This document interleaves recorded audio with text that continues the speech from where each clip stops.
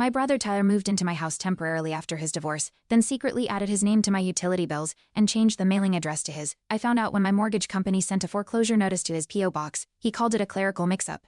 I called Scott. Now Tyler's facing fraud charges, and I've got cameras in every room. Tyler was always the golden boy. When he crashed my car at 17, I covered for him. When he dropped out of college, our parents blamed me for pressuring him, so when he begged for a place to stay, I let him into the house I saved for 10 years to buy. Kevin warned me, said Tyler had tricks. I shrugged it off. That house wasn't just a home, it was my life finally earned. He started small, inviting random friends over, changing my Wi-Fi password, ignoring the chore list.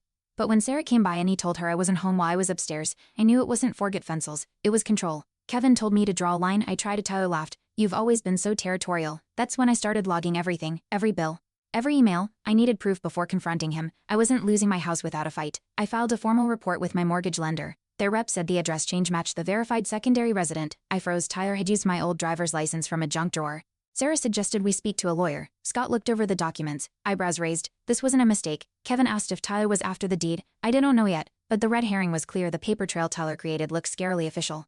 Things escalated fast. Tyler changed the locks while I was at work. I used the spare hidden in the grill, heart pounding. Inside, all my frames, certificates, and photos were gone, boxed. Just reorganizing. He smirked. I lost it. Called the cops, but they saw his name on a utility bill and said it was a civil issue.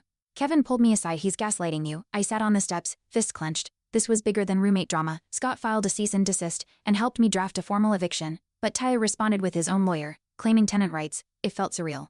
He quoted my own text, stay as long as you need. Scott wasn't rattled. We'll file for a restraining order with fraud evidence. Kevin stayed over nightly just in case. One night, we caught Tyler copying the deed from my desk drawer. I confronted him, shaking. He smiled, said, you should've never trusted me. Then the twist hit. Tyler had tried to refinance the mortgage under his name, but the bank flagged a mismatched signature. That gave us everything. Scott submitted it with our case. Tyler's smugness cracked. Sarah found out he used her vet license as a reference. She reported him. Suddenly, the cops were listening. Kevin hugged me. We've got him. For the first time in months, I felt the house breathe with me, like it knew I was taking it back. At the hearing, Tyler's lies unraveled fast.